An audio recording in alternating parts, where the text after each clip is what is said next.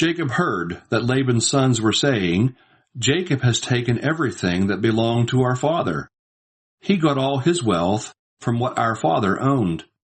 He also saw that Laban was no longer as friendly as he had been earlier. Then the Lord said to him, "Go back to the land of your fathers and to your relatives. I will be with you." So Jacob sent word to Rachel and Leah to meet him in the field where his flocks were. He said to them, "I have noticed that your father is not as friendly toward me as he used to be. But my father's God has been with me.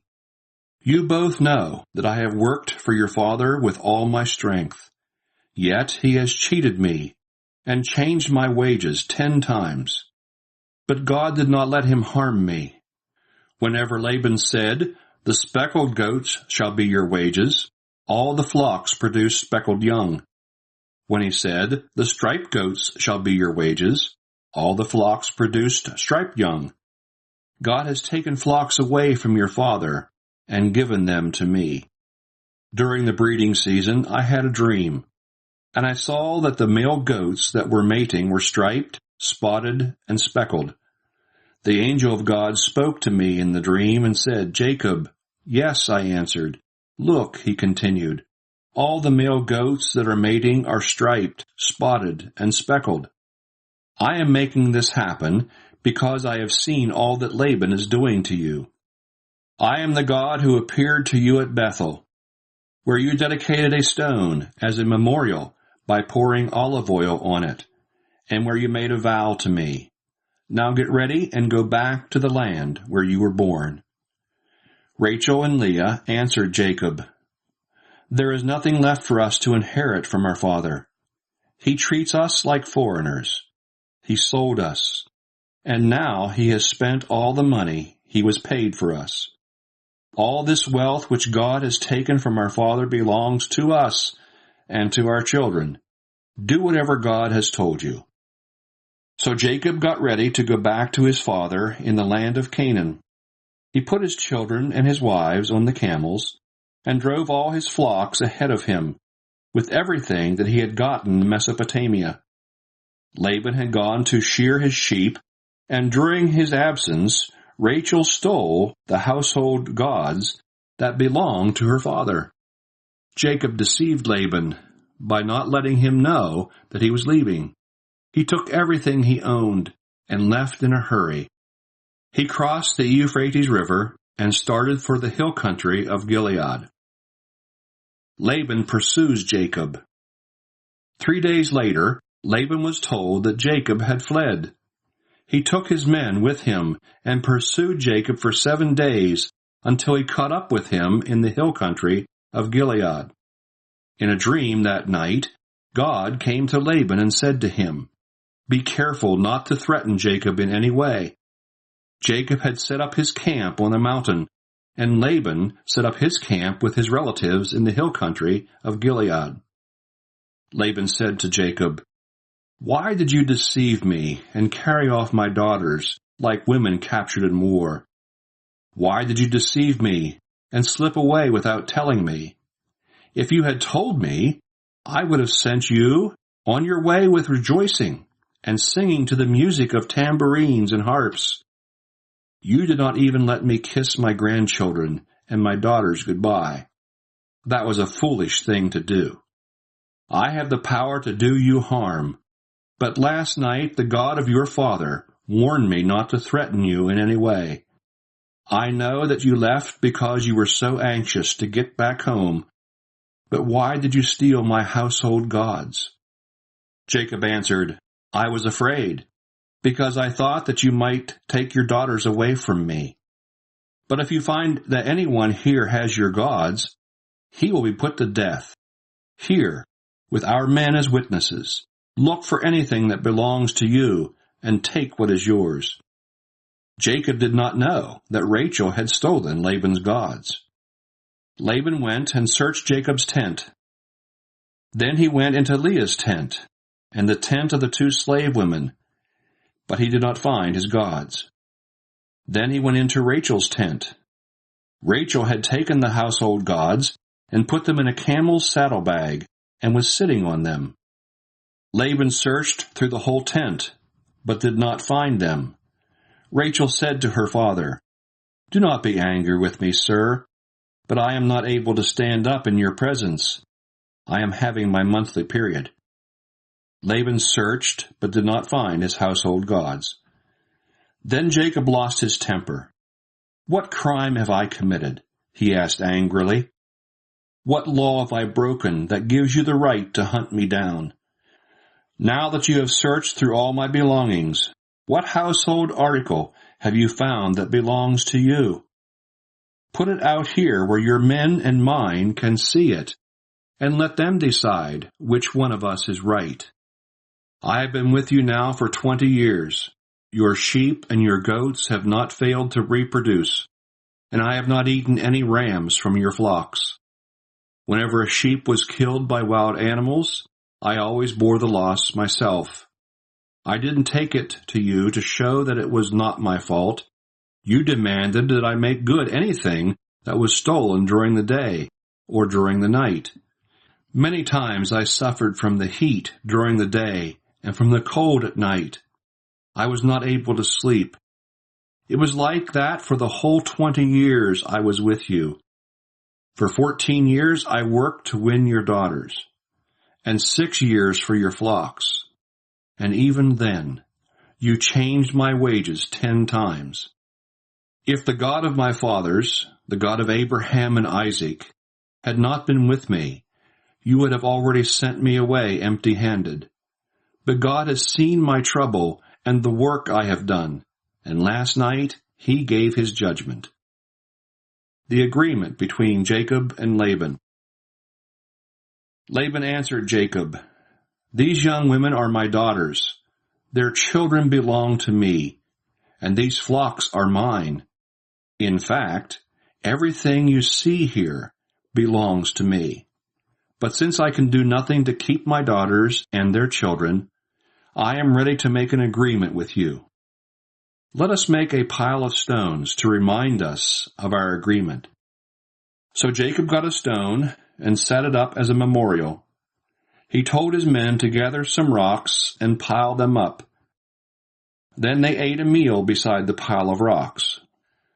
Laban named it Jegar Sahadutha, while Jacob named it Gilead.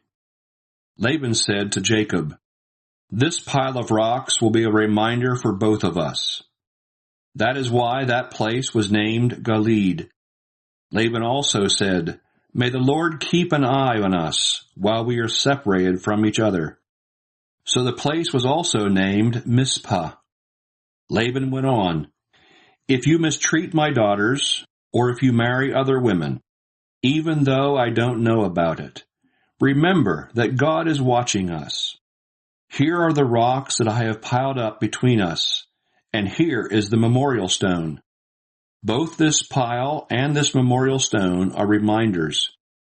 I will never go beyond this pile to attack you, and you must never go beyond it or beyond this memorial stone to attack me. The God of Abraham and the God of Nahor will judge between us." Then, in the name of the God whom his father Isaac worshipped, Jacob solemnly vowed to keep this promise. He killed an animal, which he offered as a sacrifice on the mountain, and he invited his men to the meal. After they had eaten, they spent the night on the mountain. Early the next morning, Laban kissed his grandchildren and his daughters goodbye, and left to go back home.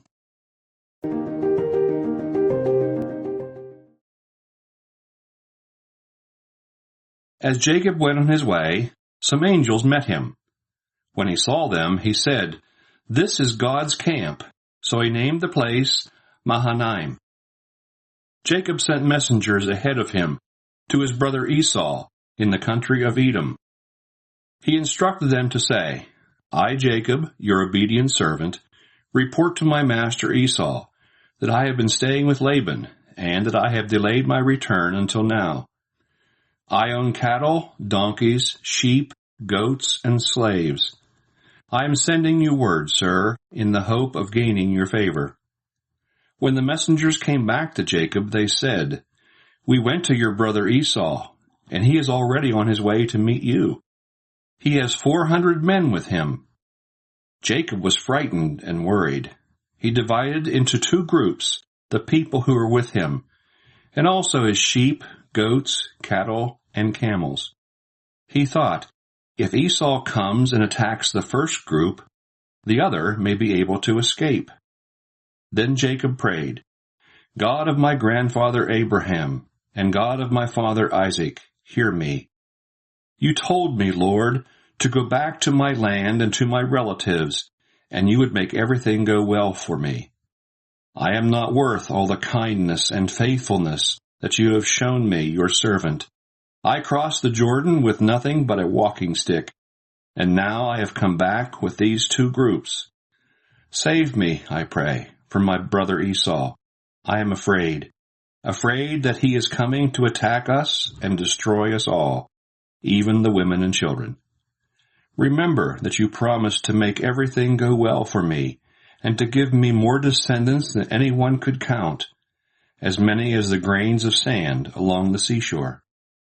After spending the night there, Jacob chose from his livestock as a present for his brother Esau 200 female goats and 20 males, 200 female sheep and 20 males, 30 milk camels with their young, 40 cows and 10 bulls, 20 female donkeys and 10 males.